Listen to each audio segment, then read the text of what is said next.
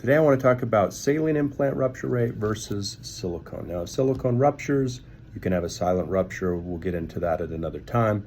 That can be a concern, and that's a benefit of saline, is that it's full of water, and if it were to rupture, it goes essentially flat. So that's something else to discuss, and we'll get to that.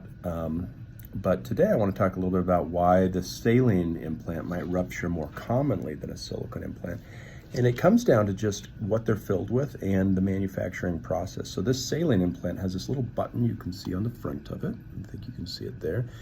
That is a little tab that I will lift to fill that implant with saline, which is just sterile salt water. So it comes empty by the manufacturer. We fill it. As we fill it, that volume fills up this implant shell, and that's where we get our volume from. It's all water. That valve is a more complicated part of the manufacturing process, and the valve itself can fail. It can leak out saline, or we can get a tear or rupture from it.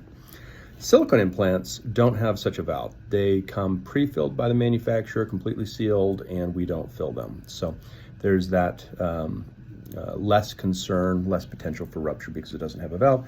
The other thing that can happen with saline implants is the material is water, and water flows downhill. This is a little underfilled, so this is probably a poor example of this, but it illustrates it pretty well. Having it underfilled, you can see more folding of that implant than, say, a silicone implant, which is like this.